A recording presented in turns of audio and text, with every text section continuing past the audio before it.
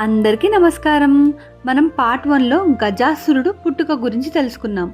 ఇప్పుడు బాల్యం గురించి తెలుసుకుందాం. బాల్యం అనగానే ఏంటిది? చిన్నతనం. చిన్నతనంలో మనం ఏం చేస్తాము? ఆడుతూ పాడుతూ అలా గడిపేస్తాము.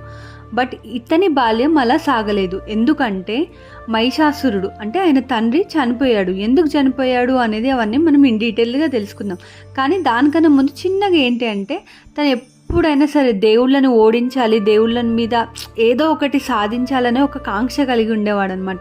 సో దానివల్ల ఎన్నో ఏవేవో జరిగిపోయి దుర్గమ్మ వారి చేతిలో హతమార్చబడ్డాడు. చిన్నతనంలోనే తన తండ్రి దేవుళ్ళ చేతిలో చనిపోయాడు. సో అందుకోసమని తినకి దేవుళ్ళంటే కోపం. సో తిను కూడా దేవుళ్ళని ఏదైనా చెయ్యాలి అని ఒక దాంతో ఎన్నో విద్యలు అన్ని విద్యలలో ఆరితేరాడనమాట. ఎవరు? మన గజాసురుడు. నెక్స్ట్ పార్ట్ గురించి సబ్స్క్రైబ్ చేయండి.